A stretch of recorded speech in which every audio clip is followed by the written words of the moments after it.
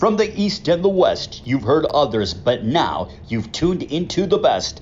This is a Prime Wave Media production.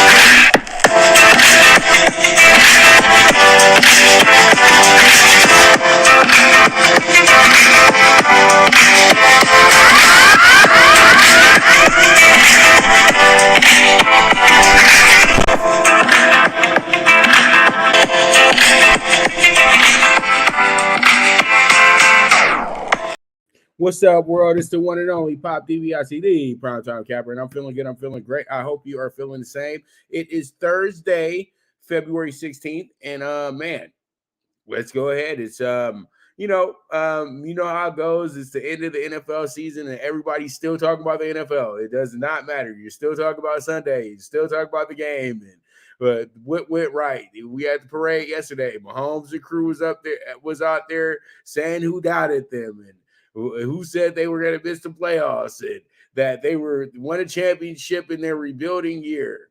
And, everything always seems so good. And then when they say run it back, everybody kind of gives each other that look like, why don't we just enjoy the day? You know what I mean? Like, why don't we just enjoy the day? Because, it's going to be tough to just run it back like that because the NFL, everybody is retooling, rebuilding, and doing everything possible that they can to get to that goal, the Lombardi Trophy. So, let's go ahead and talk about what happened though last night. Last night, big deal in college basketball. Number one, Alabama. First game as the number one team in the nation to get upset by Tennessee on the road. And that was just okay. Everybody was like pretty much thinking that, this team is that finally, you got Alabama in the number one spot. This is why they didn't have Alabama in the number one spot most of the year, because Alabama just kind of showed that the stage might have been a bit too much for them, but we do know that they are playing in one of the tougher conferences in America. They are dealing with, it was 5 ranked teams in the conference. Now it's only Tennessee that's ranked, but Tennessee did get the good win last night. They beat them by 9. They really did dominate the game as well, too, and they were coming off of 2 straight losses as well, too, and actually losers of their last 3 out of 4 as well, too. So I really didn't understand how this team was the number 2 team in the nation. So they were tied at halftime, and then what happened was that Tennessee pulled away in the second half, winning this game by 9 points. Had a big effort from Vescovi, who had 3 threes last night, and it shot 40% as well too. Adu had 11 rebounds as well too. Ziegler added in 8 assists, and Adu had 3 blocks. So the team, they didn't shoot very well last night from the 3-point range or the field. They weren't great at the free throw line either. And what put them over the top was they forced 19 turnovers last night. So you see Alabama is a little bit of a flawed team here when it comes to, very smooth offense. They really got congested last night because they really won in every battle that you need to win. They out rebounded them 40 to 33 last night. But the biggest difference in this game was 19 turnovers to 7 turnovers, and Tennessee goes ahead and wins the game. They took care of their business as the favorite as well, too. So, nobody could get that easy plus money on Alabama, but Alabama is now, dropped back into, say, probably 4 at this point. They have another game coming up on Saturday as well, too. They're playing Georgia at home as well. It was their first conference loss of the season as well, too. So there's some things where Alabama, they're okay. You know what I mean? When you look at it, they're okay. And they are just ahead of Texas A&M right now. And luckily for them, Kentucky is actually starting to come into the groove, but Alabama does look like they can secure that 1 seed in the SEC as well, too. But I'm pretty surprised here to see a Texas A&M team here at 11-2 right now, and we're not talking enough about Texas A&M at this point. So with that, we can go ahead and move on to our next topic in hand. But Alabama is upset, and they are no longer an undefeated team in conference ball anymore, and they are now not going to be the number 1 team in the nation. Probably will fall to no further than probably 3. I would say 3. I would say 3 because they did lose to a top 10 team. So, that's what they have in their court. So we move forward. Let's go ahead and jump into our next topic at hand. And then we go to the topic that is just really just the topic all the time is the NFL. And we're going to talk about Eric Bienemy.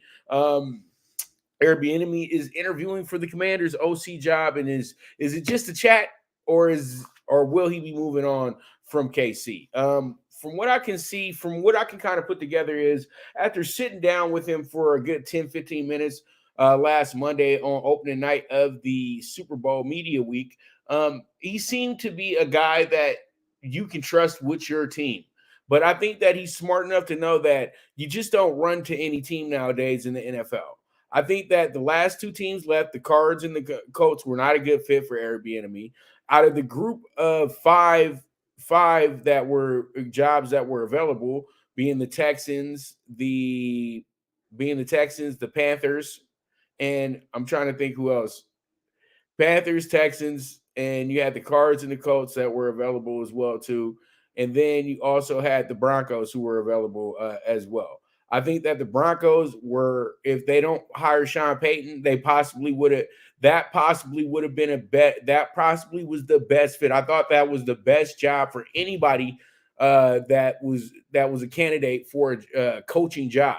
And they hired, which pretty much is the best candidate that was available in Sean Payton. So we know that Denver posed probably the dream job situation for any of these coaches looking for work. That looking for, to elevate their game. And I thought that the Broncos probably were the best fit for Bienemy out of the 5 teams. Now, Houston because the demographic would have been perfect as well too, but I just don't think that he really was interested in being a part of that situation as well too, because they still years away. Also, when you think about the Panthers, that could have been a situation as well too, because it's something that you can build from scratch. But that doesn't look like a safe situation when it comes to who the owner is. You know what I mean? Because the owner's been there for like 2 years, and he's already on his 3rd head coach. So, I don't know about all that. And then you got the Colts, where you have a guy that just literally, you have an owner that hired somebody from the announcer's desk at ESPN. You can't trust where he's going either. If Peyton wanted to say he wanted the job midway through the season, you might get fired. And then you have the Cardinals, the dysfunction.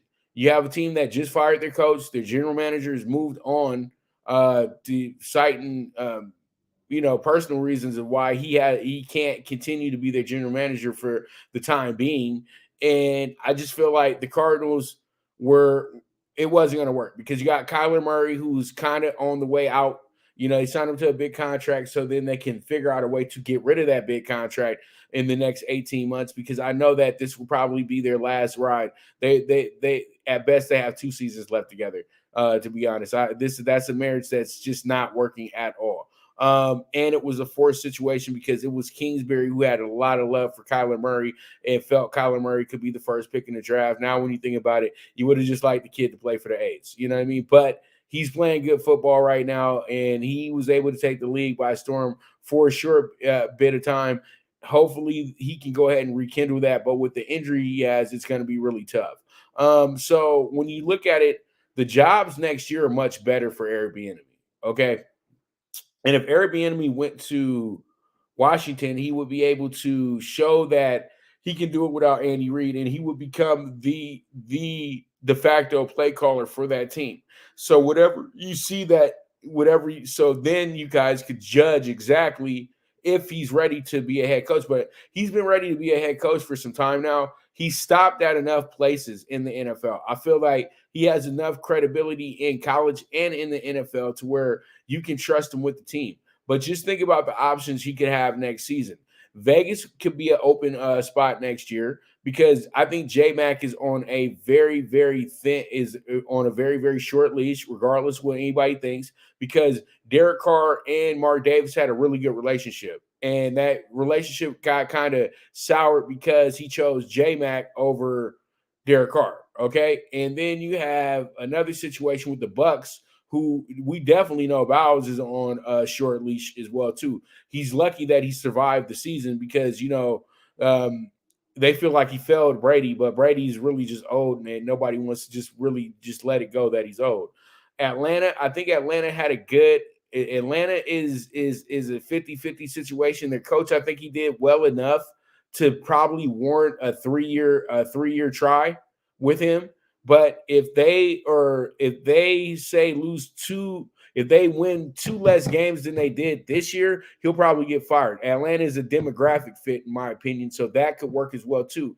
Also, a team that could possibly be in the running for him next year if they don't do too well is the Jets, because Salah is really on a short leash as well too. He literally gave up on the quarterback of the future, and now they're searching for options at quarterback again 2 years after the draft. So he might not be trusted to take this team further along after this season if they don't improve. You know what I mean? They have to win 8 games or better for me to be confident that he'll be coming back. So I just gave you a few teams that will probably be better for Bienemy moving forward, and better situations for him moving forward as well too. The 5 teams that were just around just weren't the group.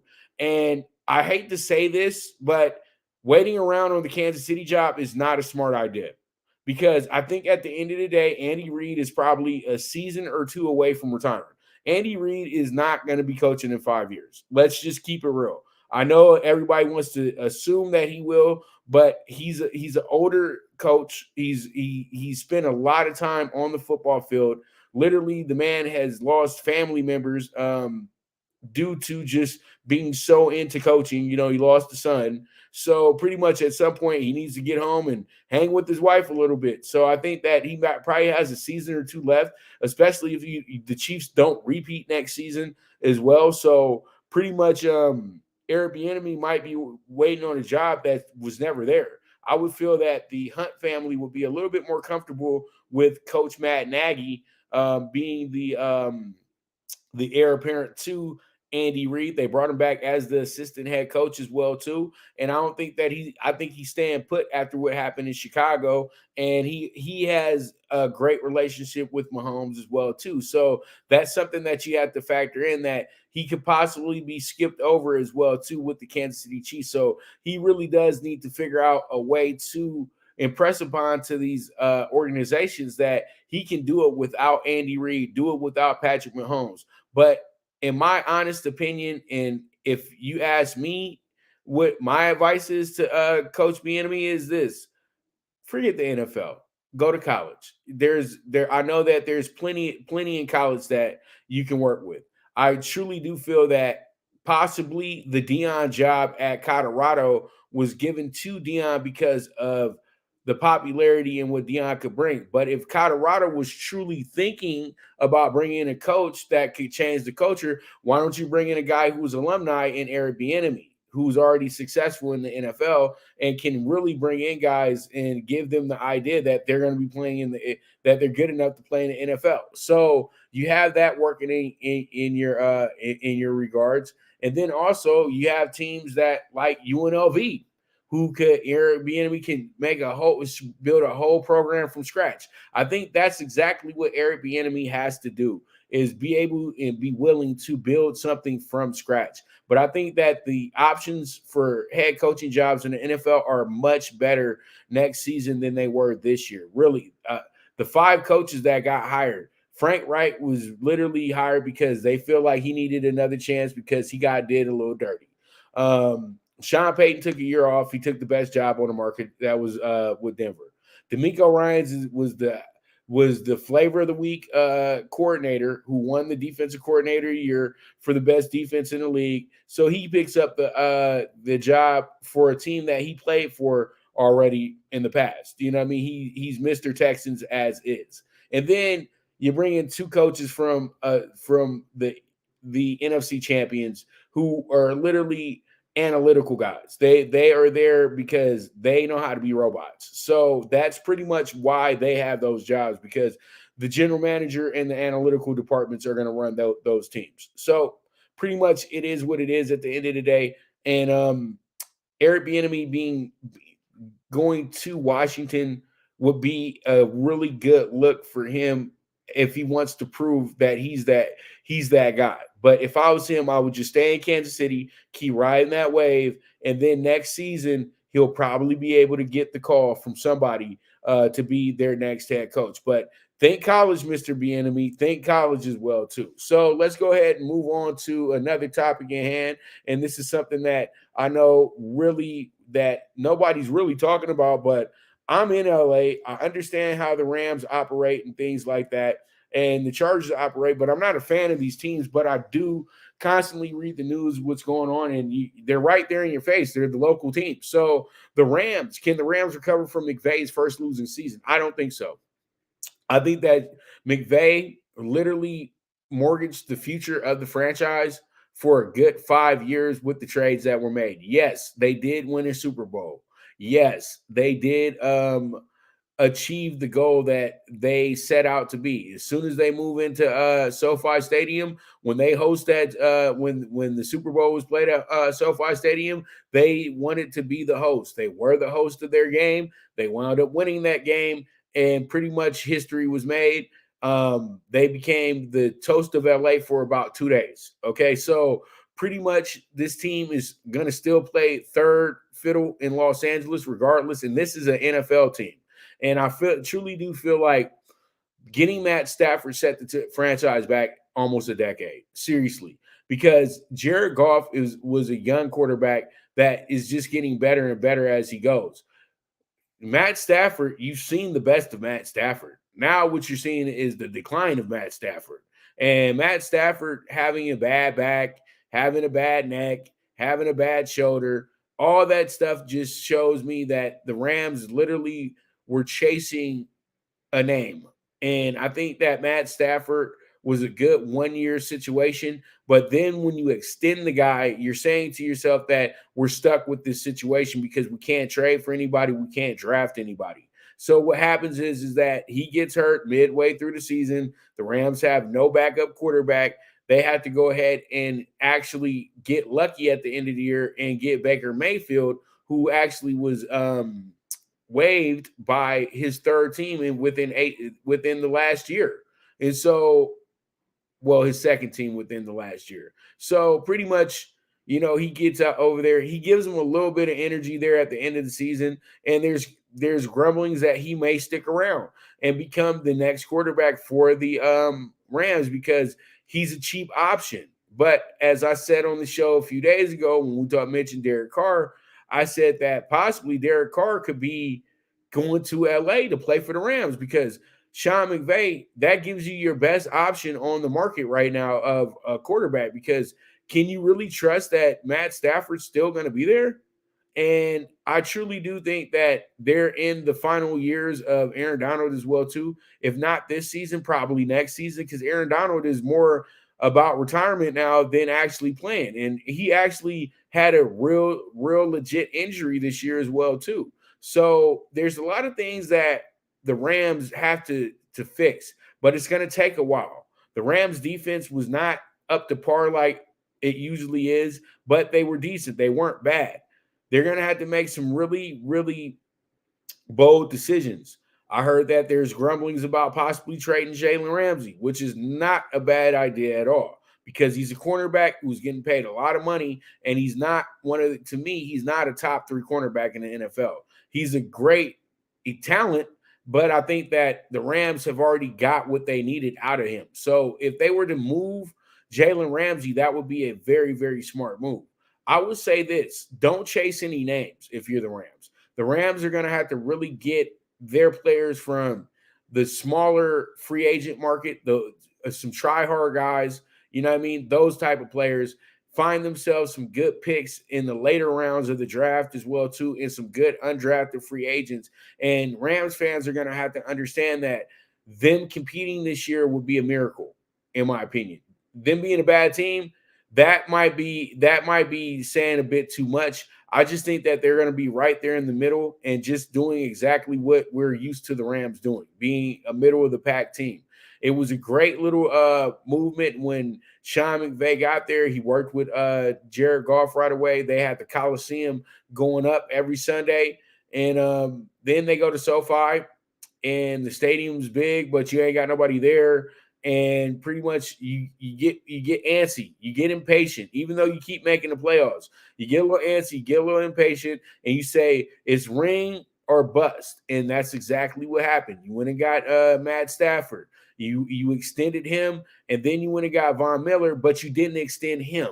And Von Miller was a key part to winning that Super Bowl as well, too. And then he goes right to Buffalo, and Buffalo becomes the best team in the NFL and beats you opening night by 25 points. So make it make sense. Sean McVay has to do better, in my opinion. So we'll see how it goes. We'll see how it shakes out. But the Rams right now, the recovery point for this team, I don't see it happening. I truly don't see it happening at this time. I just truly feel that this team is really going to have to step up their game big time to get exactly to where you want them to be. I think that these were some of the more riskier moves that you can make in the NFL, and they really do have to really sleep in that bed. You know what I mean? So it is what it is at the end of the day. Pretty much, let's go ahead and move forward and talk about our next topic in hand, and that's going to be this topic right here. It's going to be we're going to talk about the Cardinals. The Cardinals are actually, we got a brand new head coach, number 3 pick in the draft as well too, and they are now the most popular team when it comes down to the to teams making draft day trades, in my opinion. They're sitting at the number 3 spot. All right. And this number 3 spot is telling us this. Whoever wants to make that they should be open for business because they have a quarterback. And the Bears, I know Bears fans probably don't want to hear this, but I think they're going to stay on their I think they're honestly going to stay on their play. You know what I mean? I think that they'll stay on that pretty much, in my opinion. I say this because the Bears can get the best player in the draft because the best player in the draft isn't a quarterback. So I think that the Bears know what they need. The Bears need probably an effective pass rusher, the best pass rusher on the board, or the best offensive lineman on the board. Now, if they do go for an offensive lineman, they don't need to get that offensive lineman number 1. But to secure that offensive lineman, you might want to stay at number 1. I would say that the Bears probably will not go any lower than 4, okay? Because the Raiders are sitting at 7. So, all in all, if the Bears do give up their number 1 pick to the Colts, I would say that the Colts will probably draft Bryce Young. Okay, so they could avoid the idea that the Texans might take him at 2. From what I'm hearing more and more of, that the Texans really like CJ Stroud at the 2 spot. Okay, and I think that makes a whole lot of sense because CJ Stroud to me is a better fit with the Texans on building than Bryce Young. I think Bryce Young, if you say anything, Bryce Young does belong probably either on the Colts or on the Raiders because they have coaches. Because with the Colts, they have a good roster, believe it or not. And the Raiders, with them, they have a coach that's that is in tune with a lot of these Alabama guys, and he probably can. And Bryce Young can take J-Max coaching. That's the whole thing. I think that's where that works at. But I think all in all, this 3rd spot is very important because the Cardinals don't need anything but more picks, in my opinion. I think the Cardinals, if they're able to make some type of deal with the Raiders, they're going to have to make sure the Raiders give up a good size piece, good size chunk deal for them. It's that simple. And I think that what happens here with the Raiders is that the Raiders will get desperate because they are looking at quarterback. But as I keep saying, the Raiders need to look at the best player on the board at 7. They don't need to worry about the quarterback because at the end of the day, I think they're going to wind up getting Jimmy G. I know that sounds crazy right now, and I know everybody's saying Aaron Rodgers, but I don't think the Raiders will have enough in the package for Aaron Rodgers. I think that they don't want to really give up their 7th pick for Aaron Rodgers because that's what Green Bay is going to ask for. If you go get Jimmy G, you just go sign a free agent, and then you get to hold on to that 7th pick. And then you can play it smart and go get Hendon Hooker in the 2nd round, because Hendon Hooker is a 2nd round quarterback now. And I think, or a 3rd round quarterback, but you can get Hendon Hooker here in the 2nd round. He's a guy who's already not going to be playing. So you'll have him there to absolutely get to know the playbook and be ready to step in about season 2 or season 3 for him, in a sense, because I think the Raiders want to keep continuing a winning they want to start a winning culture. And I don't think that's going to start with a rookie quarterback, especially with your coach on such a short leash. So I truly do think that the Cardinals are sitting in a pretty spot right now, and it's really their world, to be honest with you. So we'll see how it goes. We'll see how it shakes out. But Cardinals at 3 have became the most intriguing team in the draft. And what will they do with that pick? There's really, to me, no doubt that they're going to trade the pick. But who are they going to decide to do this business with? Will it be trading a spot back with the Colts, or will it be trading to the 7th spot with the Raiders? Because I know that they're probably not going to do a deal with their arch rival, the Seattle Seahawks, because the Seahawks do draft 5th in this draft. So I know they probably won't be getting a call. And the dark horse team that could possibly jump into this thing is the Saints. But do the Saints have enough stock to go ahead and get that 3rd pick? We'll have to see. The coming days, they'll show us. So it is what it is. But you guys will get a lot of draft talk from me this year as well, because I'll be covering the draft very extensively this year. And look out for my interview with PFF. Well, it's a dope one as well, too. So I look forward to that one when it comes out as well, too. We just dropped the Darren Woodson and Trey Wingos as well, too, so you guys can catch that on Fanatics View. But with that, I'm going to take a quick break. When I get back, we're going to jump into some UCLA basketball, talk the state of the Lakers, and also get into NBA Thursday night as well, too. And then after that, we got talking tickets, so you guys stay tuned. This is the premier sports betting show, the Primetime Angles, with the one and only Pop DiBiase, the Primetime Capper. Good News Only Racing Club, led by the legendary Doug O'Neill, the trainer of 2 Kentucky Derby winners, and I'll have another in Nyquist. Also trained 2-time Breeders' Cup champ Golden Sense, who are just a part of a long list of thoroughbred champions trained by Doug O'Neill. The Good News Only Racing Club has a young core of horses to look out for in Dennis's Celery, Irish Heatwave, and Notre Dame, just to name a few. Win the day every day with the Good News Only Racing Club, a proud sponsor of the NFL Bet Exchange. From the East and the West, you've heard others, but now you've tuned into the best. This is a Prime Wave Media production.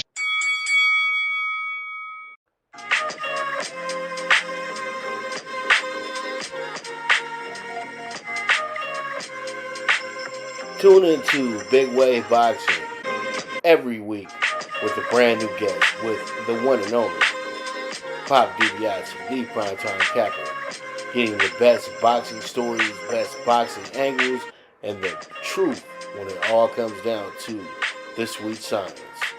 Tune in to Big Wave Boxing on the Prime Wave Media channel on YouTube.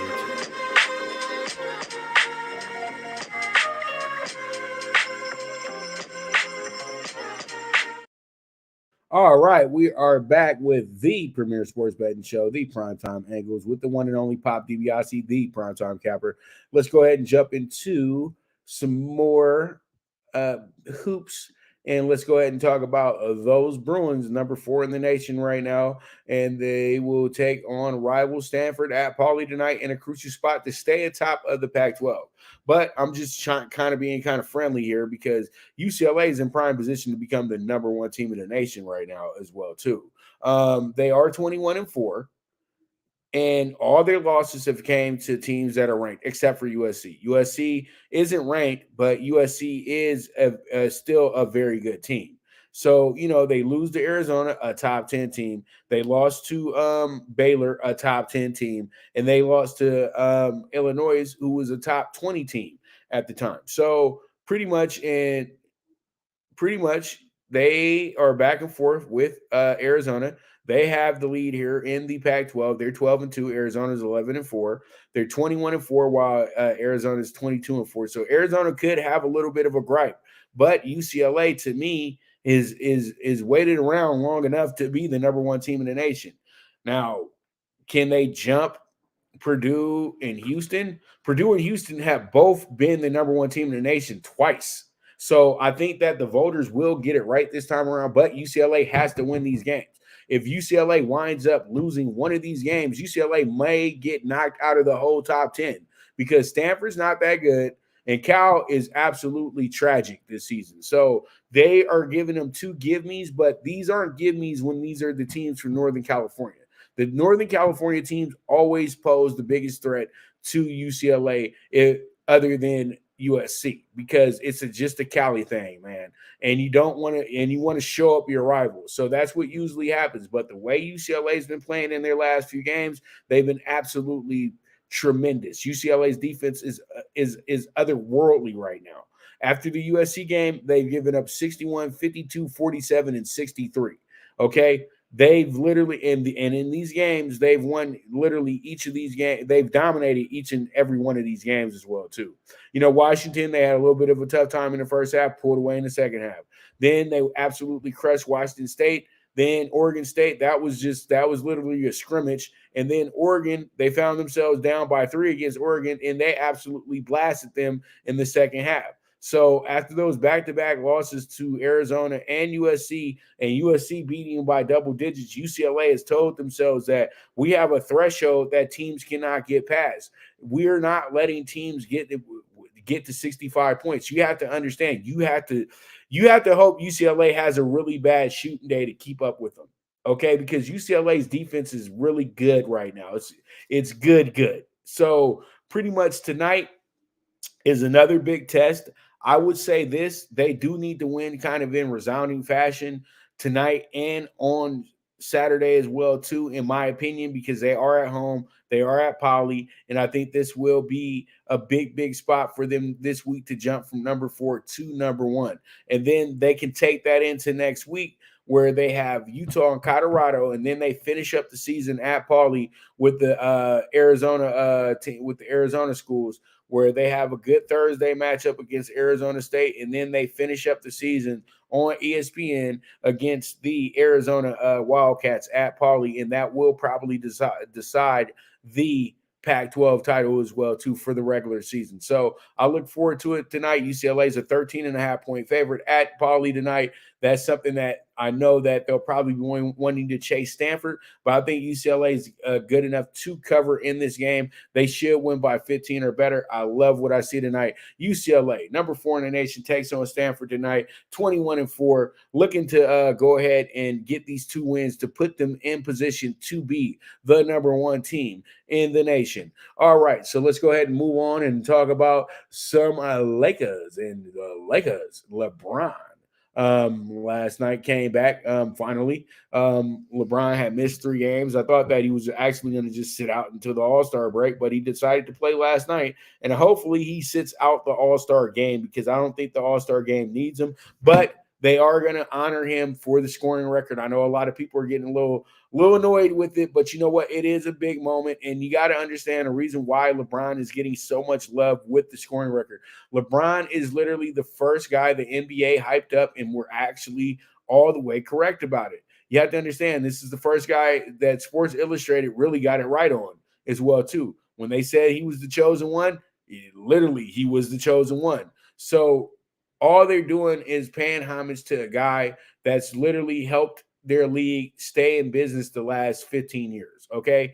Because once Jordan left the league did not know what was going to happen next. Kobe and Shaq were fun, but they were a bit too dominant and they were a bit too diva-like for a lot of people.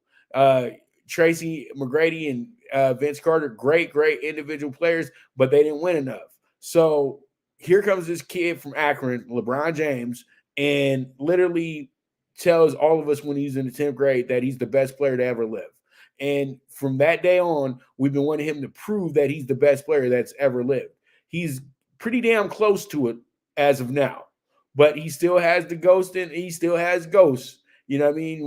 When you think about the the Mamba, and when you think about the airness, you know what I mean? So it is what it is. LeBron has done his due diligence. He's done his part for his NBA journey. And I think that them praising LeBron again, nothing is wrong with that because LeBron is a one of one. He's a rare. He's a once in a lifetime situation. So you just gonna have to deal with it that they're gonna show him this love. Now you guys got to stop discrediting LeBron like he's one of these like just Miller the just one of these guys that are just here. You know what I mean? He's a really, really great individual basketball player when you look at everything that's all said and done.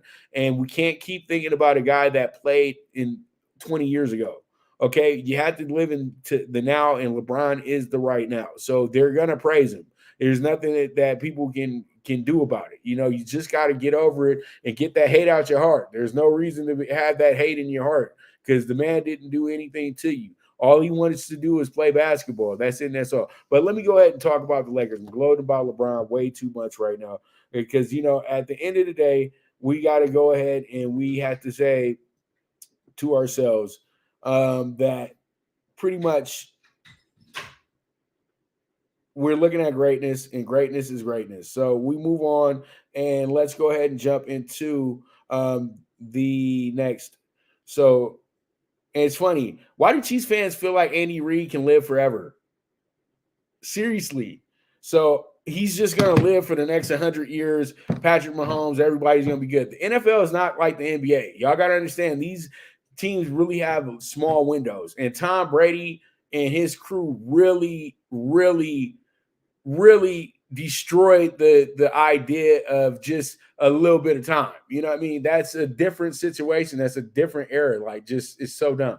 But let's go ahead and keep on topic. The Lakers did very well last night. D'Angelo Russell seems so happy to be back in Los Angeles with the team that drafted him as well too. And you know what? I think that we all got that closure now too as well because D'Angelo was called a snitch. But I think that what happened was that Nick Young was a bad influence on that whole locker room, to be honest with you. And I know a lot of people love Nick, but Nick was not good for business. Let's just keep it real. Like, it's just like Pat Beverly. You guys just aren't good for business. You guys aren't Lakers. So what happens is you guys say dumb stuff, do dumb stuff, and then everybody's in trouble. So the thing is, D'Lo is doing a great job handling and passing, things of that nature. And pretty much here he is now, back with the Lakers, but he has LeBron now in his prime. No Kobe, just get out of here, little boy. None of that stuff that he had to deal with Kobe. And, he has a guy that he was already balling with in Vanderbilt, and he has Malik Beasley there as well, too.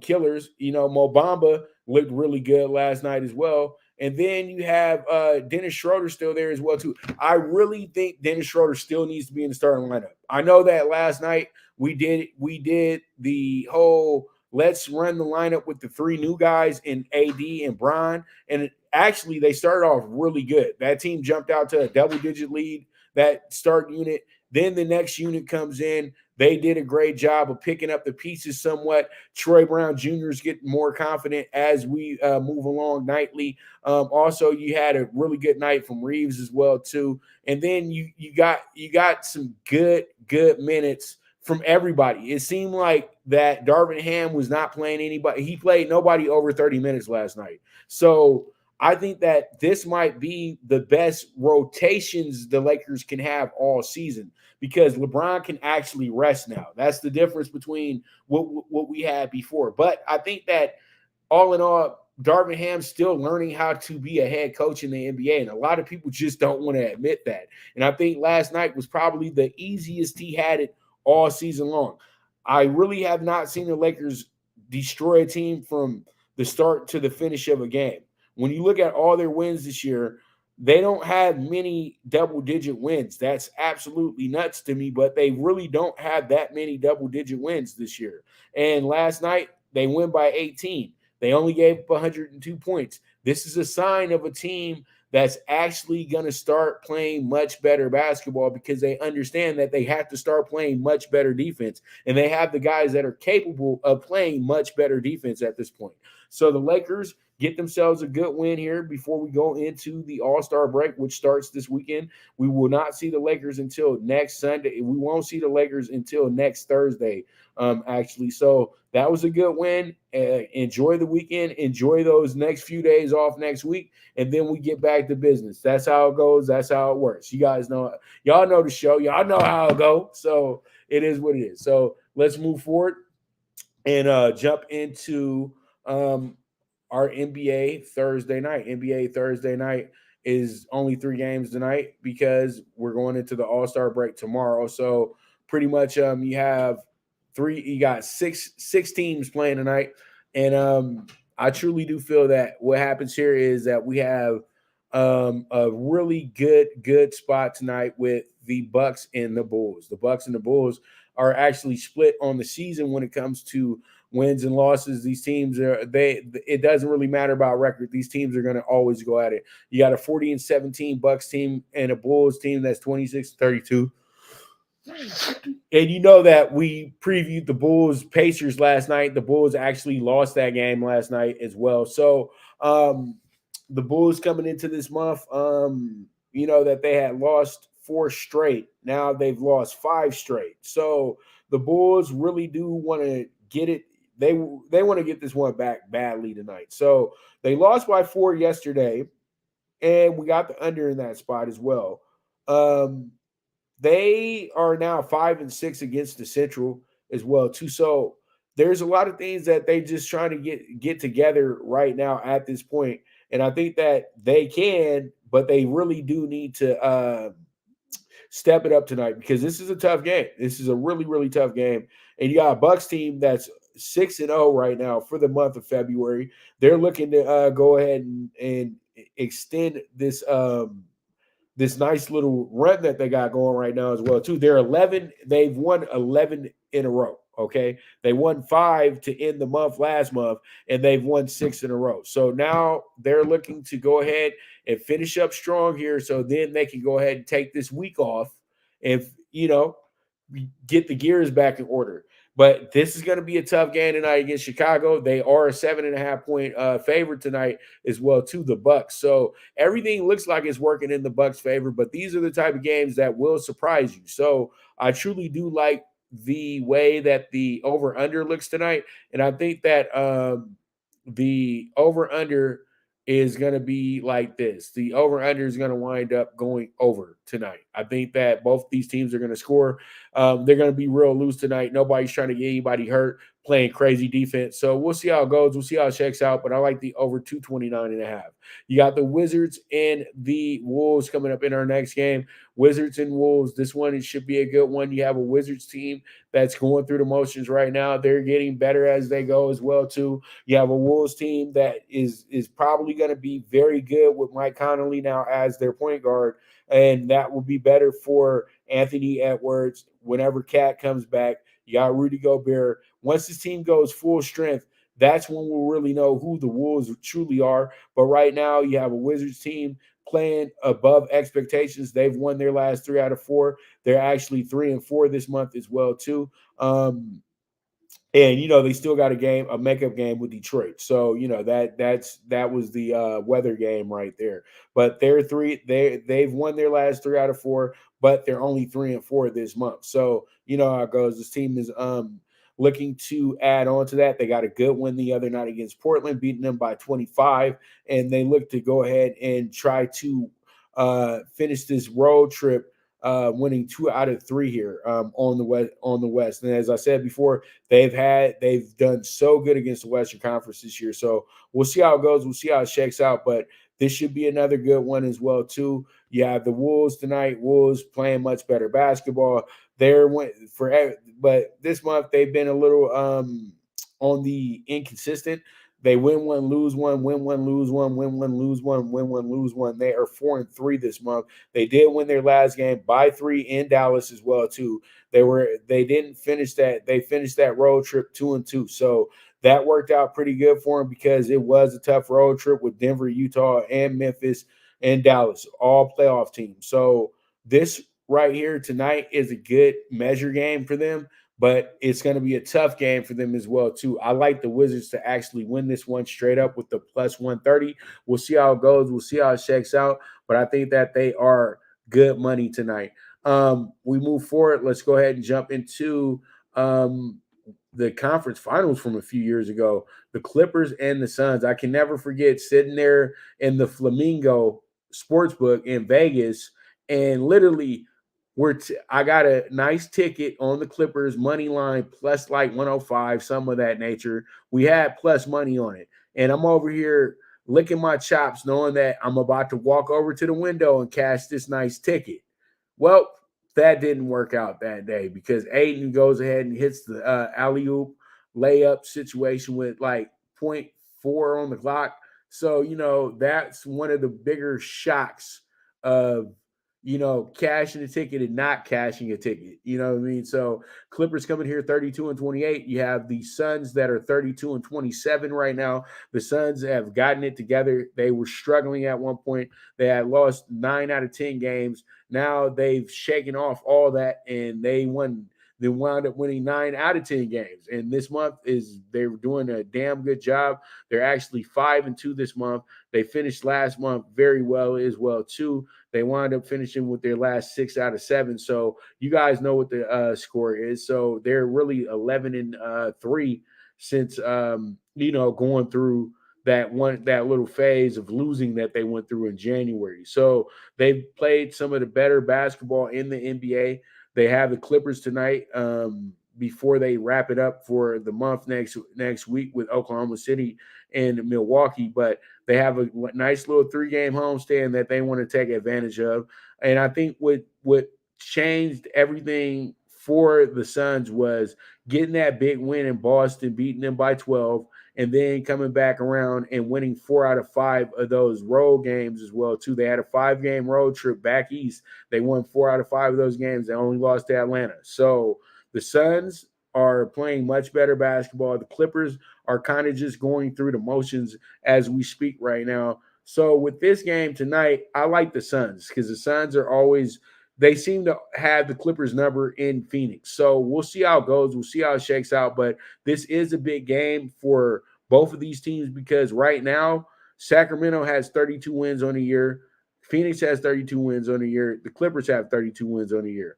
But Sacramento only has 25 losses. So they have a 1.5 game lead over the Clippers and a game lead over Phoenix. So they have the night off. So the winner actually gets a little bit closer to the number 1 spot in the Pacific Division. As I keep telling you guys, the Pacific Division is the most wide open division in basketball. If the Lakers were to go on some type of tear or something of that nature, they could fuck around and win it. And pardon my French, but I truly do feel like we're going to get 5 teams out the Pacific Division in the playoffs. Literally, the Pacific Division will be most of the playoffs this year. So I like the Suns tonight with the minus 115. Let's see how it goes. Let's see how it shakes out. And this game does line up as a pick 'em, in my opinion, as well, too. So let's go ahead with that. We're going to go ahead and take another quick commercial break. And when I get back, we're going to jump into talking tickets. So you guys stay tuned. This is the premier sports betting show, the PrimeTime Angles with the one and only Pop DiBiase, the PrimeTime Cap. Now you and your friends can compete in the sport of kings and win big with Stable Duel.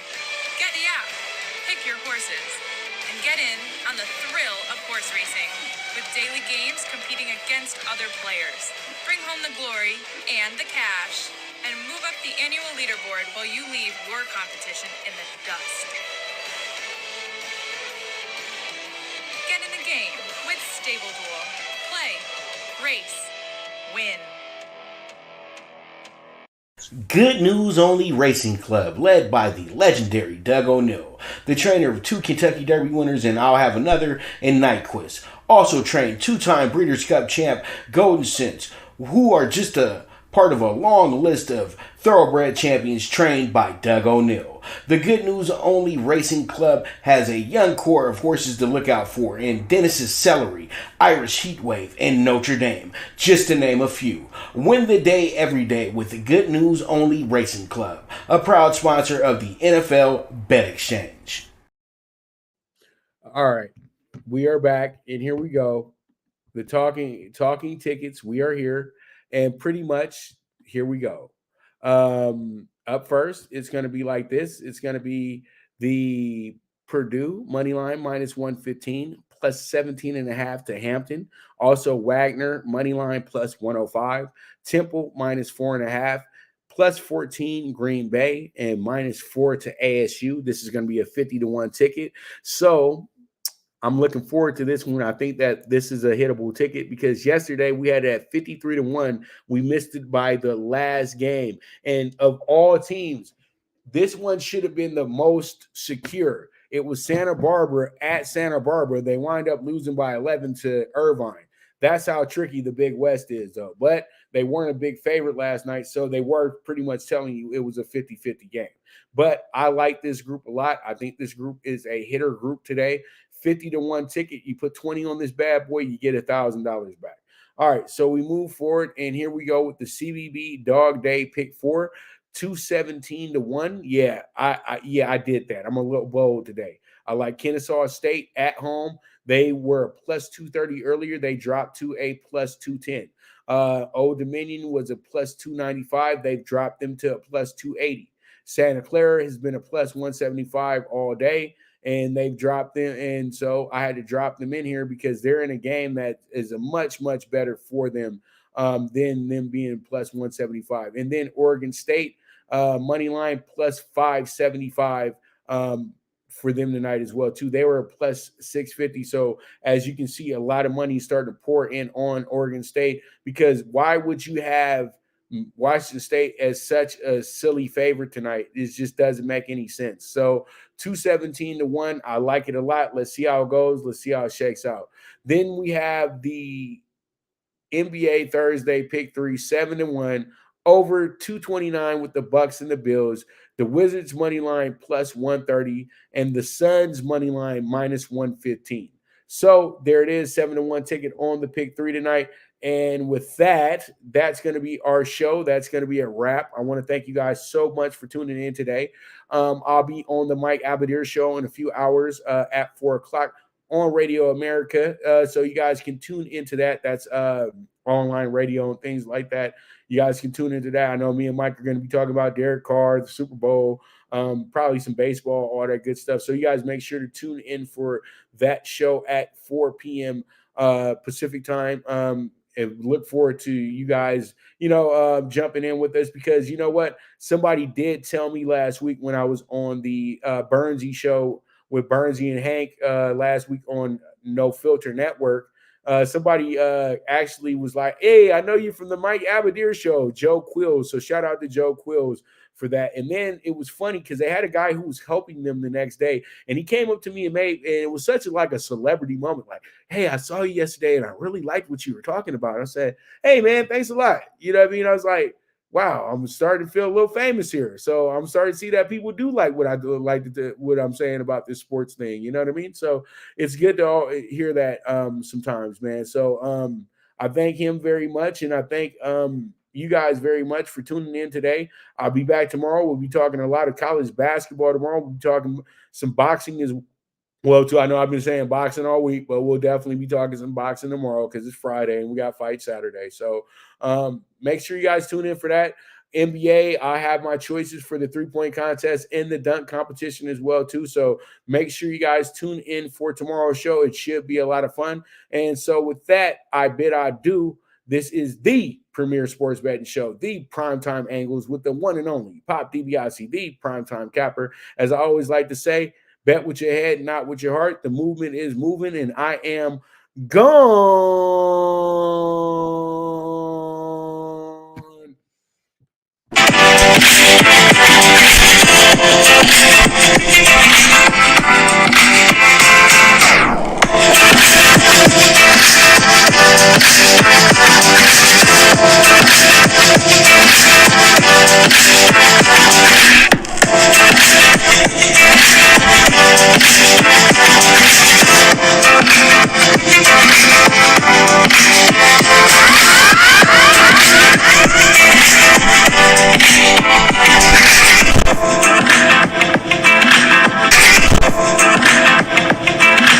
From the East and the West, you've heard others, but now you've tuned into the best. This is a Prime Wave Media production.